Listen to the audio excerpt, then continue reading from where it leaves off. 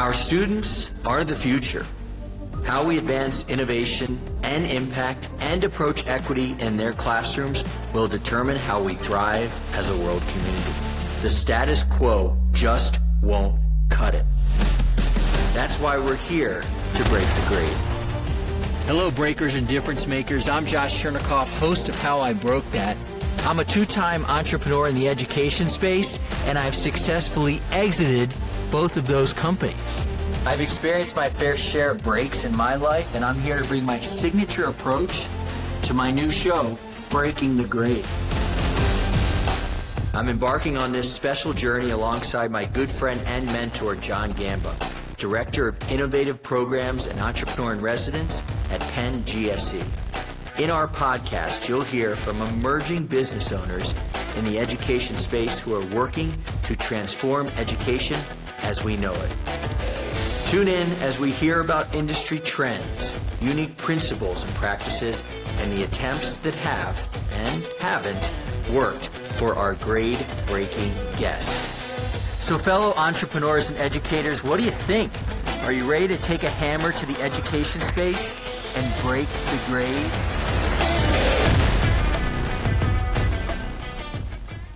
Hello, everybody. Welcome to another episode of Breaking the Grade. So we had a phenomenal LinkedIn Live recently, and I thought it would be really good to bring that LinkedIn Live to our Breaking the Grade show. And by the way, guys, if you're up for it, we meet live every Thursday on LinkedIn, and our community joins us. So this particular LinkedIn Live, we were joined by Anissa Bouderraoui. I hope I'm saying that right. I'm doing my best, and I feel like I have to say it right because she is the founder of Lingo Circle, and Lingo Circle is all about languages. Anissa laid out the playbook for how founders of education companies can actually use LinkedIn to get results. She is a rock star and has been getting results from LinkedIn, and we get into the real tactics for building trust that Anissa has been using to help build her business, Lingo Circle. It was a fantastic and very authentic conversation. And when I say authentic, I mean it, because I actually pulled out some funky glasses that I got in Copenhagen, because Anissa, she's really cool. She's from New York City. She's super hip. And so she gave me some unfiltered feedback on my funky glasses. If you're going to be listening to this show, you probably won't be able to see those funky glasses. So DM me and I'll share those funky glasses with you. You know, you can always DM me and I'm here to help. But for now, I'm here to introduce this great LinkedIn Live. Hope you enjoy it. Have a pen and paper. We've got real-time tactics for you to use. Welcome to Breaking the Grade. Welcome to Breaking the Grade. I would like to introduce our guest today. Our guest is somebody I've gotten to know, respect, and really think is super freaking cool. So welcome, Anissa, to our show. Please tell everybody who you are, where you are, what you're about. The floor is yours. Hi, Josh, and thank you for having me. Thank you for the kind words, always. I'm Anissa Bouderraoui, so I'm the founder of Lingo Circle. We're a bilingual education platform. We help teachers, language teachers, and families bridge the gap between intention and execution. A lot of parents want to teach a second language to their kids, especially their home language, but the tools are not there that fit the K-12 or young children space. And that's what we're building. We're also helping teachers and trying to give them better tools to support bilingual education or English language learners. And I'm in New York City. And talk more about you, your journey, your parents. That's really relevant, especially in this case, I believe. Yeah, definitely. And I think that what makes my journey different is I came to founding Lingo Circle from a personal need. I'm a mom of 3 children, age 8, 5, and 3 years old. I moved to New York 15 years ago now, so I'm definitely considered a New Yorker now. And I was really experiencing a challenge in trying to figure out a way to teach my home language, French, to my children. I really felt that English being my second language, although I'm fluent, I really needed that connection with my kids and for them to be able to speak my language and to interact with their grandparents. And I didn't find easy options unless you're located next to a bilingual school. There was no other options. So I wasn't fortunate enough to live in the city and be close to one of these schools. So I really was looking for a way to make it available differently to parents. I also wanted to build something that was different from what is already existing out there. You have a lot of solutions that are a one-size-fits-all, where language is being taught to young children and adults, and the content is similar no matter the age group. And we know that content matters for young kids. You need to keep them engaged. And that's how I launched Lingo Circle, which was first more of a platform that connects tutors with parents and their kids, but with an actual program. We wanted to build an actual curriculum behind what was being taught by the teachers. We were training the teachers, which makes us different from the other tutoring marketplace that you have out there teaching languages. We really wanted to own and to train the teachers so that they live up to the quality of our program, and also to give parents the ability to track the progress and to really have consistency. And then as you know, since we've worked together, Josh, we then launched a product because a lot of parents don't have the bandwidth to take the classes, and it's work for parents, and a lot of parents do it, and I really commend that. But we also wanted to add an option for them to do it outside of a live class, and to be able to learn the language with content that it is geared toward kids via an app. And that's what we launched a few months ago. And the idea was to help families, but also make it available to teachers and schools so that parents can have access to that within the school forum as well, which would also make their life easier. Gotcha. Very cool. So we're here really to talk about LinkedIn and how that can be part of growing your education business. And we'll talk about why. Anybody who's joining across any of the platforms, feel free to let us know who you are, where you are, what your company is. If you have questions, pop them in. I will try and pronounce this name, Hira. Hello, wherever you're calling in from or typing in from on LinkedIn. Awesome to have you. And so when I think about you, maybe this is my DC East Coast complex that I have, but I see New York and I'm like, love that place and hate that place, and I see you rocking LinkedIn like you have been. And, you're comfortable doing a lot of different types of posting on LinkedIn, including some pictures that you have of you kind of walking down the streets of New York and being the boss that you are. And I want to know, was that something that you did intentionally? Was it comfortable for you? And what have the results been by kind of taking this really, credibility first, content expert, and going with it?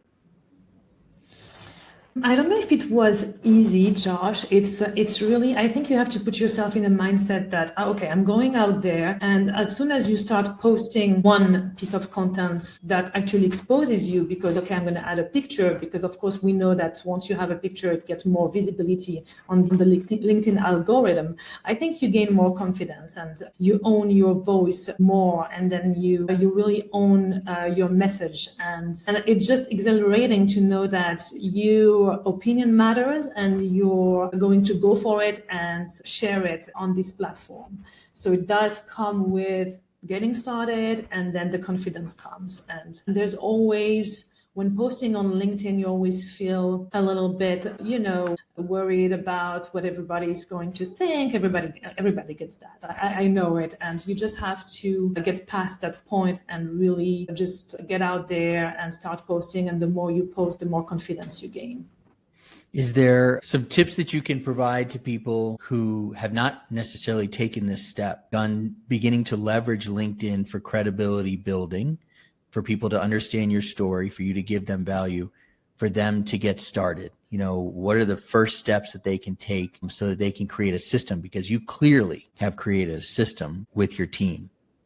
I think it's starting to set some time in your agenda and to write content. And I think that you can get inspired by a lot of things, articles that you're reading, experiences that you're having with your customers or with your prospect, and just start writing content as much as you can and as often as you can.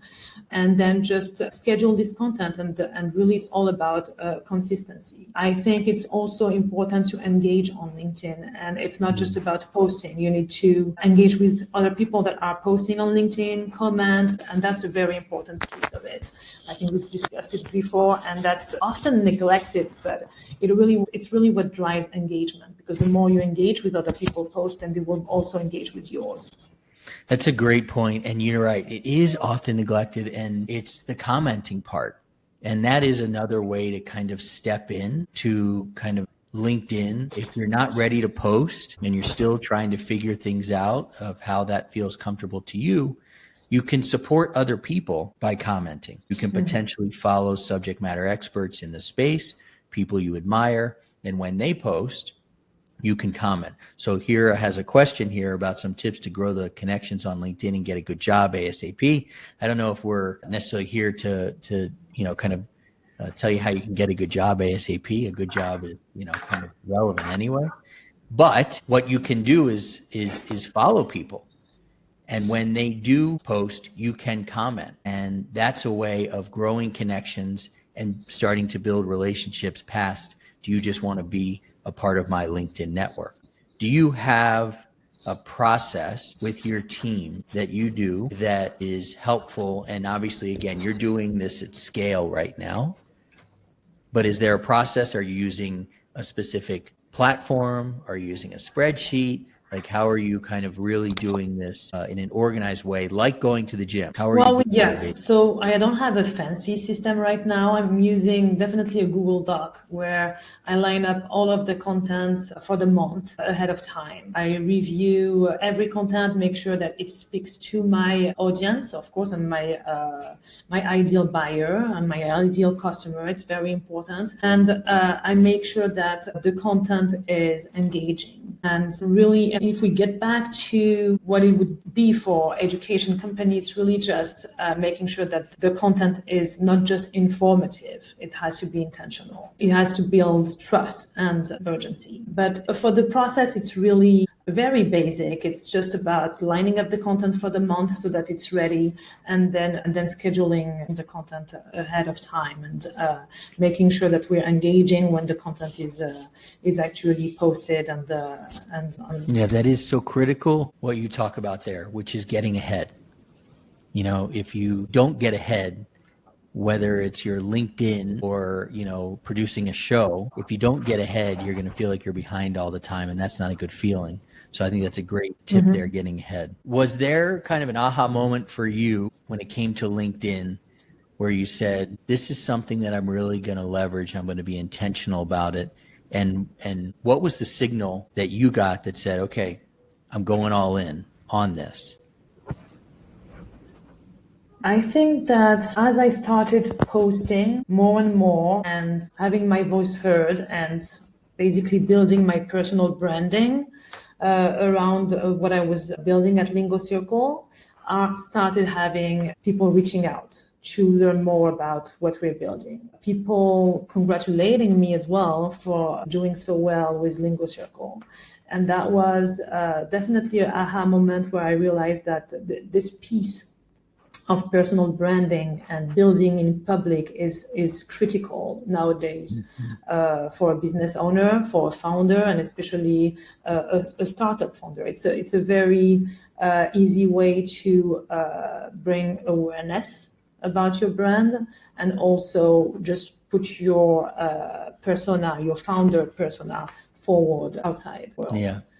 It's amazing that when people just stop planning and start doing, you start to get the results. Because if you didn't just start doing, and maybe it didn't go exactly as you wanted, you're still getting the feedback, you're still building the muscle of how you can and should be doing this to eventually get the results that you want. So you started hearing from people, which is great. That's what you're looking for. But I'm sure that wasn't instant. So let's talk about that time period where you started posting and before people started engaging. And that's the time, if we think about this from a gym standpoint, going to a gym, where you're not necessarily seeing the results, but you're putting in all the work. What was that like, and how did you keep going? Sure. This is a very good question because it definitely happens, and it will happen when you start posting. And I think that I realized I was posting consistently, and I realized that I couldn't just wait for engagements to turn into conversations. I had to actively invite the right people in. So I shifted from saying, here is what we are building, to actually asking, are you facing this too? Would you be open to giving feedback? And that simple change reframed everything. Suddenly it wasn't a pitch, it was a collaboration. And now I'm using the slower season to build relationship with early champions, people who may not buy today, but who will shape what we build tomorrow. That's great. In that shift that you made, can you talk to the audience about how you resisted? I would imagine you had to resist the desire to sell, and your mindset was, would I like a sale? Absolutely. But right now I'm going to use this opportunity to listen. Can you talk us through how you made that shift in your mind? And it's clearly working, because every time you post, seriously, there's like 20 people. By the time I'm pretty quick on LinkedIn, but by the time I get there, you've got 20 people who are engaging in conversations. So talk about how you have shifted your own mind from, it's not about connection to contract, it's about everything in between. Yeah, and it's very important. I think that I'm at this stage with what I'm building where I value feedback. I value collaboration. I'm really looking to continue building the platform with teachers, with schools, and to make sure that we go in the right direction. So as soon as I set myself in this mindset, that is, I'm not selling, I'm making sure I'm solving a problem and I'm solving it correctly. And who would be able to give me the best feedback than teachers, school administrators? And I just go with that mindset and that collaborative mindset. And that's really what made a difference. So I go about it as a listener, and I build in. And truth be told, you absolutely drank the Kool-Aid of the Ed Sales Elevation Experience. And that's the point of what we do in our 12-week program, which we're filling up 3E10, which will start on June the 10th. We also have a wonderful community that I will put up a QR code here. People want to join us and others like Brent and Rose and Chris and Corey and Grace and all these wonderful people. I had 143 companies go through the Ed Sales Elevation Experience. So we got a lot of people there who can support you on your own journey as you build your education company. We are focused on education, so we know. And we also happen to, I think, be pretty cool people. Although my daughter told me today, she's like, what are you doing with your collar? And I was like, well, kind of like to pop my collar. So we're cool enough that we feel like it's okay to pop our collars. I don't know how you feel about that, but we can talk about that later. So we've talked about LinkedIn from the standpoint of kind of here's the tactics and here's the mindset. Can you also talk about then how you measure your results? Because I believe that a lot of what LinkedIn does will not show up on the score sheet, meaning when we send a cold email to, a potential prospect, when they open it and when they reply, we know that we're on a journey together. But that LinkedIn journey is really tough to tell from that initial post when you connect or they see you. So how do you measure results on LinkedIn?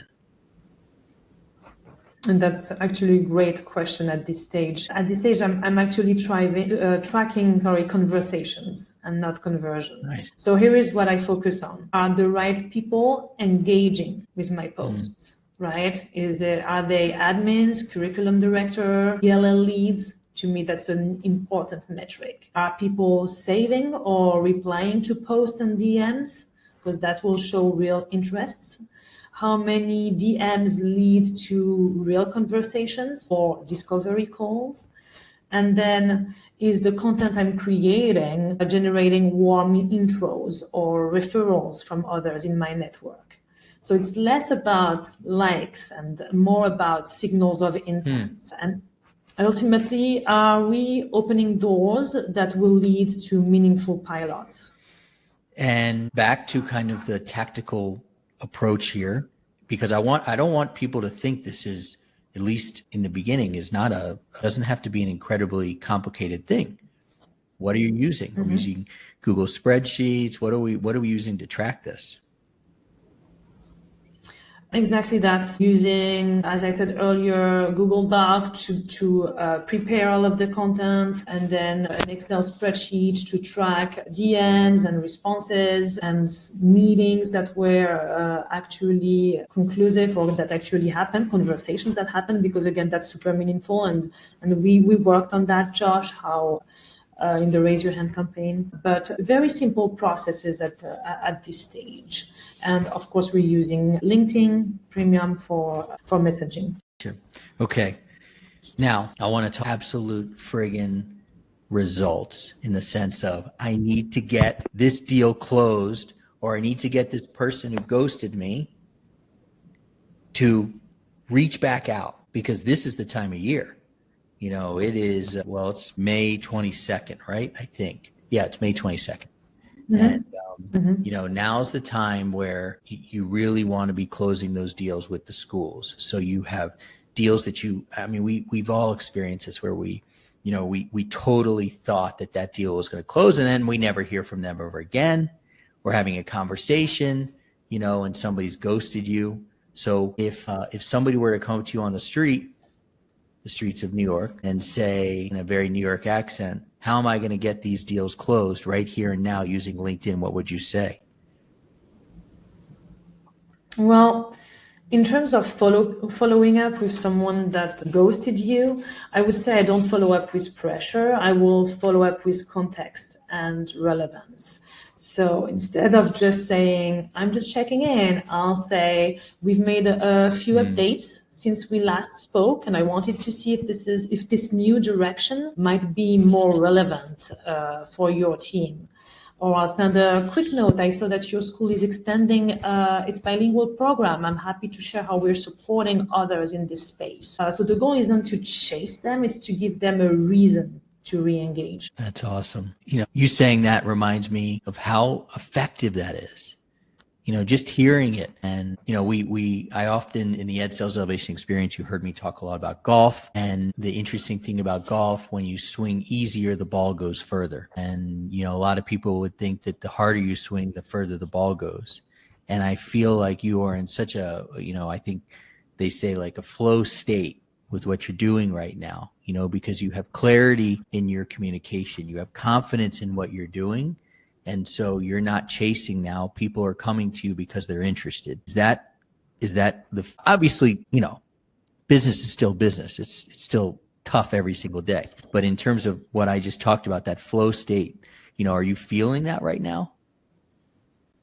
Absolutely. And I think it's really all about nurturing your potential, your ideal buyer, ideal customer persona. And it's a gymnastic. It's something that is you're building relationship for the long run. And that's why I don't have this mentality of chasing or closing the deal. I just know that everything we're doing right now on LinkedIn is spreading the word about the work we're doing, about why we're doing it, and then building relationship and working collaboratively with schools and teachers, and not in a pushy way. Really, the idea is, am I solving a real problem Is it a problem that you're facing? And shall we look into solving it together? And that's really the approach I'm having right now. That's awesome. So some of the takeaways that I wanted to give to the audience here, and one of them is basically what you're saying here, which is re-engage with value.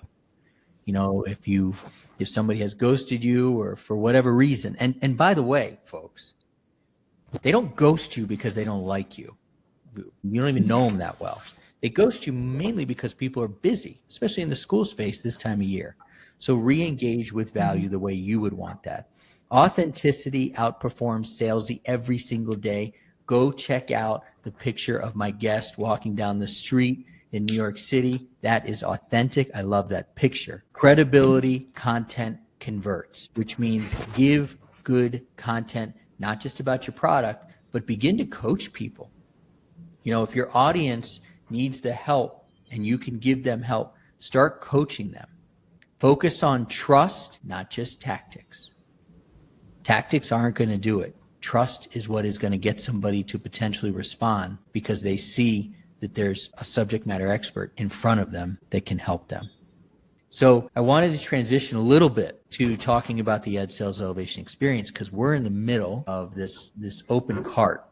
We can help you in the Ed Sales Elevation Experience, our 12-week program, just like we did with Lingo Circle, just like we've done with 142 other companies. So can you talk to us about the experience that you had? And you reminded me before we came on air that it took you a little while to get there. But when you got to the Ed Sales Elevation Experience, what was the transformation that occurred for you to grow this business? I think it's really comes down to everything I was saying earlier, Josh. I really learned how to listen in the sales process, how to make sure I'm solving a real problem and having the right methodology and path to talk to my ideal customer. I think that's really the one thing that clicked when I joined your program that I probably wasn't aware of before. And that was a big key takeaway for me. Yeah. And had you tried other programs before, you know, kind of where were you mindset wise at that point with the business? Well, I did try other programs before, which were more product market fit related or targeted. I think that what I liked about your program is that it was geared toward education. And that's really what made a difference. You have a lot of accelerator program, a lot of coaching that is out there. And I really wanted a sales program. I don't know if that's the right term for your program, but something that would be geared, how do we approach the education space? Right. Yeah, we're only focused on education, as you know. And then can you talk about the relationships that you've built outside of it? As you know, my family is transitioning more back to the United States. And one of the things I'm really excited about is getting to hang out with you guys. You know, like going up to New York or Philly or being in DC and getting to see Eric and Paul and all of the people that we've gotten to know. So what about the community aspect as well? I think it's an important aspect of it, and thank you for reminding me. I loved it. I loved meeting with a community of founders that were in the same space and that had the same challenges. And I even liked it more so when they actually live in New York, and I actually ran into one of the cohort member at a conference. I think it was really a key component of it, the fact that we were meeting regularly, sharing our struggles or things that were working and brainstorming together really made a difference with this program. And I don't think that you get that often in those programs. And again, the difference is that we were all in the same space, in the same education space. We were not competitors though, which is great because you managed to curate the participants so that we can work together and support each other without being in a challenging position. So we're in the same space, we can share, and I really loved the community as well. Yeah, totally. The interesting thing about the cohorts is we will have people who have made no money, and we'll have people who have made hundreds of thousands, if not millions of dollars, many millions of dollars. And the same struggle is happening for both sides of that, which is they're trying to figure out how to get leads on repeat, because you want to focus on the business. As you know, I believe in founder-led sales. I don't care if you have $0 or hundreds of millions of dollars. If you don't have leads on repeat, it's going to start with founder-led sales. And so the groups that have come through, you probably heard me say this, at 143 companies, I would have a beer with every single person who's been through it. I'd have more beers with some people because some people I have more in common with, but everybody comes with this great attitude of looking to grow their business, help other people, and also have some fun. And when you meet for 12 weeks straight for an hour and a half each week, you're going to have some fun, especially when I'm, handling the mic. So I think we had some good times. I would like we're going to begin to land this plane, but I would like you just to kind of talk a little bit more about the future of your business and what you're seeing. And also feel free to talk about some of the challenges. I love this podcast, How I Built That, with Guy Raz on NPR. I always felt, and not take anything away from Guy, because it's an amazing podcast, I always felt that I missed hearing from some of the founders what the challenges were for them. So if you could also give us some insight into what you're facing that is tough, maybe somebody in the audience can help, but talk about the good, the bad, and the future. Sure, definitely. So I think that one of the challenges that every founder faces, especially in the product aspect of things, setting aside my tutoring platform, is not getting too caught up into what you're building in the product itself, right? So I know it, and I think a lot of founders, especially if they're not first-time founders, know that you can't get caught up into your product and building it in a vacuum. But you always want it to be perfect. You're hesitant to put it in other people's hands because it's not good enough. And that's really something to avoid at all costs. And I see myself still doing that. And that's why I say, if you're building something, make sure it gets in as many hands as possible. Make sure it's being tested by parents, by schools for free, but get feedback, collect as much feedback as you can, because that's very valuable. So I do feel that one of the challenges is not getting caught in my products. And I know it, and I still sometimes feel like, okay, let me build that tool because I think it will be helpful. And no, don't go that route.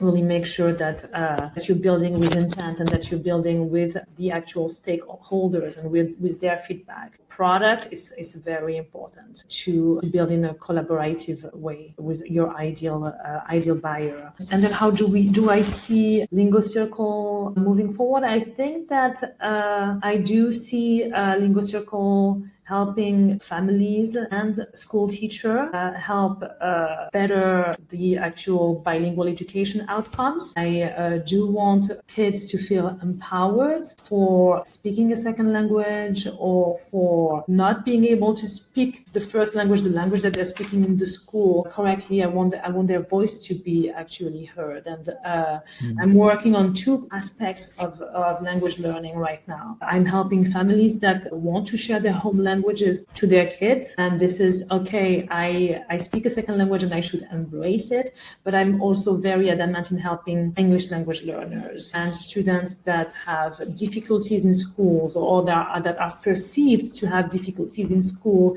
because they don't speak the French language that is being spoken in school, which is English. So this cause is very important to me, and I would love to see tools that will help English language learners and English language learning teachers be able to provide differentiated learning and be able to give the right tools to these students that are fantastic students, but they have just the language barrier that is stopping them from achieving and for being fulfilled in school. So that's the path we are working toward right now. I'm so proud of you and everything you've done. And I appreciate you coming on the show. And I promised you there was a little surprise coming. Okay. And even Ken doesn't know this. But so I have always respected your style, and probably it's got this New York thing and your style. And I have had these glasses, not these ones, these glasses that I got in Copenhagen. And maybe I had had a few glasses of wine when we went shopping. So I was like all up for whatever. And my wife and my kid and this super nice guy, this super cool guy was like, yeah, you should get them. You should get them. He was selling them to me. And of course I bought them. So I want to see what you think about them. Okay. So I'm going to take these off and I'm going to put these ones on. You could be honest. Okay. These have never made it on air, but I thought now I'm going to get her honest opinion. So I need you to be honest, right? Okay. You ready? So you tell me what you think about these. All right. They're from Copenhagen. And you could say you don't like them. Honestly, I could give them to my wife or whatever. But or to your kid. You don't like them. I think first of all, the color matches your logo. Was it intentional? Very intentional. So for that aspect, I like them. No, I think they're not bad actually. They're not bad. Yeah. It takes getting used to it, but the color definitely matches your logo. So I think that could be a winner. Ken's comment is LOL in the private chat too.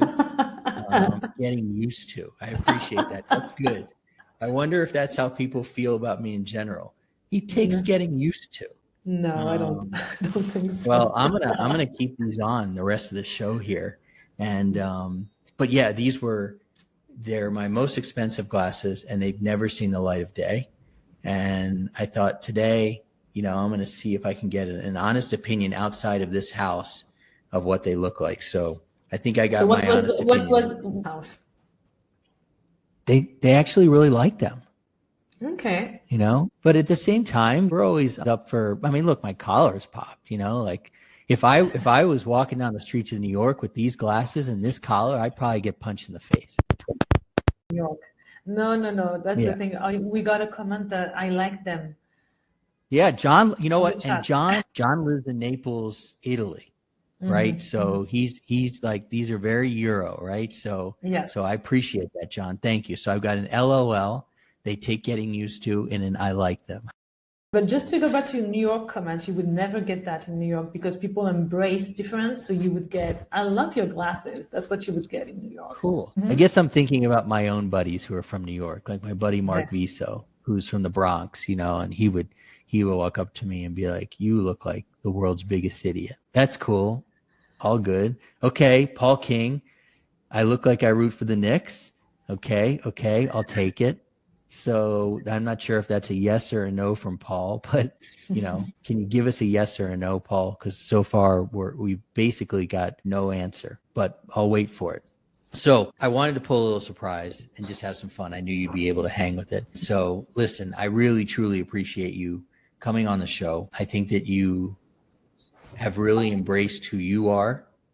You're helping me embrace who I am in these glasses right now. I'm distracted by myself, looking at myself. And that's really important to do. As much as, we're kind of joking about it right now, I think that, yes. Well, what about the Knicks? But it's a yes, but what about the Knicks? But fine. But it's really important. And I think part of what people that we talk to, and maybe you experience this as well, don't see is that people buy from us. It's the platform. Yes. It's the logo. It's the brand. It's the post, whatever. But at the end of the day, we have to be comfortable with who we are. We have to be confident with who we are. We have to be clear with how we can help people. And that's important to be able to do. And you have embraced it. And I appreciate that. And so I hope that people will connect with you on LinkedIn. You're an amazing follow. You've got amazing content that's personal, that's also very professional, and that's a tough blend to sometimes brew up, and you have. So thank you again for being on the show and giving me your honest opinion on these funky glasses. Well, thank you for having me, Josh. And you know what? I like them. You like them? Now I can give you a yes. It did take to getting used to it, but I like them now. Okay. So a couple minutes and people are in on them. So I appreciate that.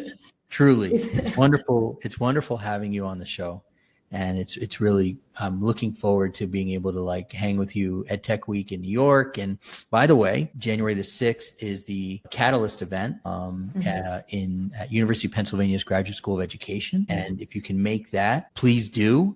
Yeah, Eric, you're totally right. She's always supporting others. So hopefully, we've got a few people. I think it'd be a long commute for John to come from Naples, Italy. But Paul, Eric, everybody who can make it to the Catalyst event, University of Pennsylvania's Graduate School of Education on June the 6th. I'll be sponsoring it. I'll be speaking at it, and we'll have a bunch of people coming, and I will figure out if I feel comfortable enough wearing these glasses. I don't know. Sounds fantastic. But thank you for being on, and keep doing what you're doing. It's really inspiring. Thank you. Thank you. Thank you, Josh. See y'all. Everybody have a great week. We'll see you next week with John Gamba. He'll be back, and maybe I'll